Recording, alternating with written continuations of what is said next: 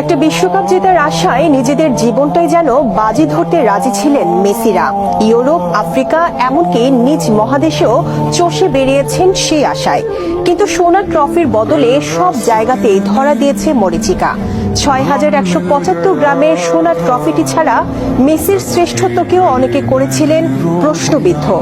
সোনালী ট্রফির খোঁজে শেষ পর্যন্ত মেসি এলেন এশিয়ায়। এবার নয়তো আর কখনোই নয়। জিততে না পারলে নায়ক হওয়ার বদলে মিলবে শুধু একজন ট্র্যাজিক হিরোর মর্যাদা। তবে এশিয়া ফেরায়নি মেসিকে, ফেরায়নি কাতার। সেখানে লেখা হলো আশ্চর্য এক গল্প। ২০২২ সালের ১৮ ডিসেম্বর এই দিনটি বহুদিন মনে রাখবে আর্জেন্টিনা ও তাদের সমর্থকরা।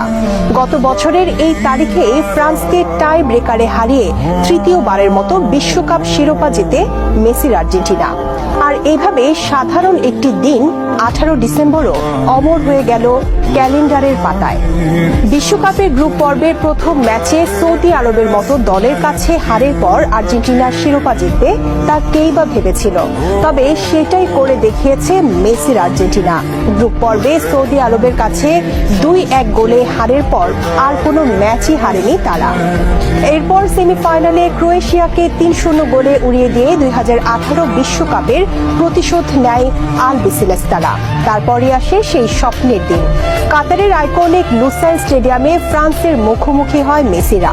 ফাইনালে প্রথম হাফে ফ্রান্সের জালে ২ গোল দেয় আর্জেন্টিনা।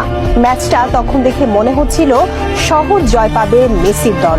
তবে নাটকীয়তার বাকি ছিল দ্বিতীয় হাফে।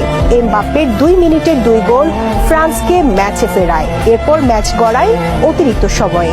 সেখানে দুই দল একটি করে গোল করলে ফাইনাল গড়ায় টাই ব্রেকারে।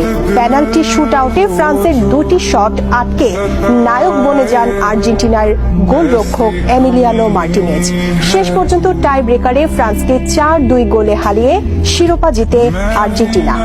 ৩৬ বছর পর শিরোপা জিতে আর্জেন্টিনার উদযাপনটা ছিল বাঁধভাঙা। মেসি তার ক্যারিয়ারে সকল ট্রফি জয় করে এই বিশ্বকাপ শিরোপা জিতে। আর আর্জেন্টিনাও বিশ্বমঞ্চে আরো একবার পরে সেরার মুকুট।